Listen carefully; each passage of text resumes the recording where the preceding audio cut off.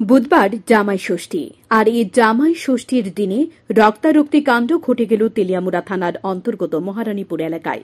পারিবারিক ঝামেলাকে কেন্দ্র করে রক্তক্ষয়ী সংঘর্ষের রূপ নেয় শাশুড়ি এবং পুত্রবধূর মধ্যে। এই সংঘর্ষের জের ধরে গুরুতর আহত হয় শাশুড়ি কল্পনা দাস, আহত হয় পুত্রবধূও।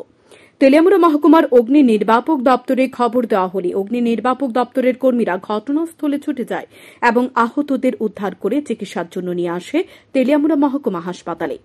সেখানে প্রাথমিক চিকিৎসার পর চিকিৎসকরা উন্নত চিকিৎসার জন্য শাশুড়ি এবং পুত্রবধূ দুজনকেই পাঠিয়ে দেয় আগরতলার জিবি হাসপাতালে। আমরা কিছুক্ষণ একটা ইনফরমেশন পাইছি, মহারানীপুর স্কুল আছে না, স্কুলের পাশে দিকে গিয়ে সেটা ওই একটা পারিবারিক ঝগড়া হয়েছে, একজন মেয়ে লোক প্রচণ্ড আহত হয়েছে।